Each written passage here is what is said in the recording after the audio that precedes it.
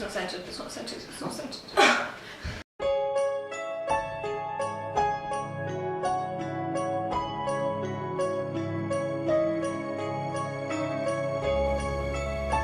Hello and welcome to Once Upon Fangirls. I'm Jaclyn. And I'm Olivia.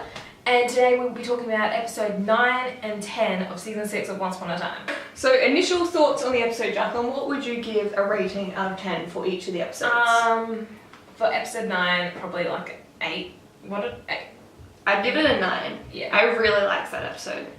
I think it could have used more Captain Swan. There's never enough Captain Swan for you though. No. What would you rate episode 10, Liv? I liked it, but there was that big thing that I can't get over, so I'm gonna give it like 4.5. I'm gonna give it a 5 just because there was also a big thing for me that I just struggled with to watch, which we will understand. Get into Obviously. soon. So episode 9 was very Belle-centric, which I love. She's my favourite female character. She always has been ever since she was introduced, and I'm just so happy to see that she's finally getting a storyline. Like, she's had other little things, but like the last few seasons she hasn't really done much, which just made me sad.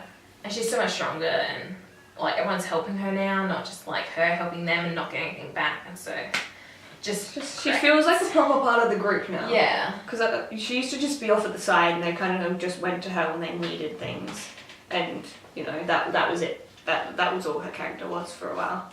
So it's just, even though it's a sad storyline, at least she's.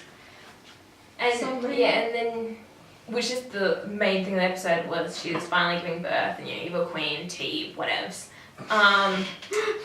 But I love when Granny just pops in, sorry, just Granny is just like, hello, one-liner, and like the best line of the episode. But yeah, giving giving birth was just so sad, and like, you think of things like that happening in real life as well, and it kind of just makes it sadder. If it could be sadder. People do give up their children because they have an abusive husband, and it's just like, I'm crying right now. And just Emma and Hook being there as well. Yeah. Because they were like, you know, abandoned. But Emma did the exact same thing, and like she was abandoned for the exact same circumstance, and it's just crying. All the feels. Like, that was so well written. Apart from, why would you give your child to the Blue Fairy? She's the most shady person on the whole show. Okay, who else thinks the Blue Fairy is actually the Blackberry? Blackberry. I don't think so. I think she might be the Blackberry. You think she might have like a split personality? Or she's pretending to be the Blue Fairy. Like, the Blue Fairy was always a Black Fairy, Black Blue Fairy was killed like ages ago? No, always the Black I think Fairy. it could be cool. No, they've already tried to do this split personality thing. That was bad. But like, she's so shady. Something has to be up with Blue. Also in that episode, find out who Rumpel's mum is. Yeah. Which I've always wanted to know, and I was totally right. She literally called it. She's like, I bet like an evil fairy is like his mother. The relationship between Zelena and Regina in episode 9. I was so excited when Regina like saved Zelena, and I was like, oh, they're gonna be like, they're gonna have a little talk, and they're gonna, hash it all out, and they're gonna be like, cool badass sisters together. Regina has always been such a hypocrite, and it hasn't changed, and it needs to change, and it's annoying. Because it's like she's just expecting everyone to forgive her, and she's done like so many bad things. But then when one person was associated with a bad thing that happened to someone she loves, she's like, no, it must be your fault because you're the only one still alive that was there, so I'm going to blame you for the rest of your life. Zelena saved him in a way. Or not like, well, saved her. Zelena saved her. And they both would have been dead otherwise. Yeah. And it's just... Like, I get, you could be like, I'm not there yet, like, I want to be able to forgive you, but I can't yet, it's too, like, that soon. That would have been fine. But you can't just be like, no, I'm never going to forgive you because it's your fault, and you've done this bad thing, so I can never forgive you. Sorry about that. Technical difficulties. But, yes, so if the cameras and everything, just ignore it. Just ignore it. We'll get back to talking about Captain. They were adorable. They were doing like a little team up mission. Just like, I love when they team up. They're so adorable. They just like work so well together. And they could just, you know... They need to team up more because they always get stuff done.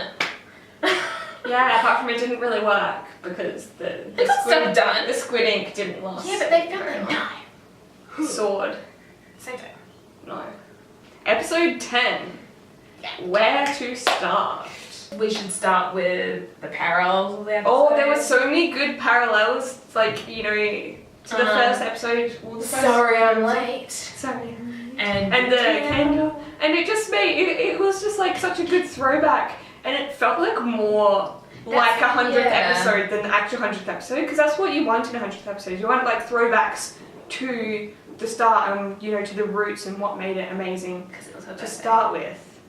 Just, yes. But it was awesome and I really liked it. Yeah, I'm surprised someone died. Died when? Oh, This wait. episode? 2 people did die. Yeah, but they're not really. So it's alright. It's okay. Old, Charming, and Snow. Am Am I right? Like, oh my gosh. I could barely tell it was Charming until I realised it was Charming. And Princess Emma was beautiful. Apart from she was such a sook and I didn't like that. Well, the problem, she was so weak and it pretty much gave the thing, like it came across as, without all that abuse and abandonment that Emma went through, she isn't strong. But she is. Which she is, but then later, like this morning or yesterday or something, Adam Horowitz, who's one of the creators, said that it was actually the Evil Queen's interpretation of what she would be like, which explains a lot. Because she's not. Wait, she's not. She'll be strong either way. And I mean, Charming and Snow would teach her to sword fight and yeah, they would not let archery. their child just be like unprotected. Even if the Queen's not there, they'd be like, no, we like know this stuff, so you need to know it's this so stuff. out of character.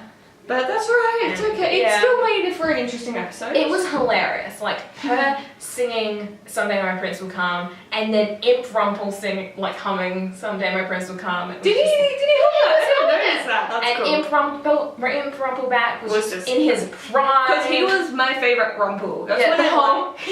That's when I liked him. I can't do it. But yeah, that was great. I don't like though, she was humming Someday My Prince Will Come and then Regina appeared and all the Swan Queen shippers are like, that means they're true love, they are endgame. Yeah. I just saw it as Snow White.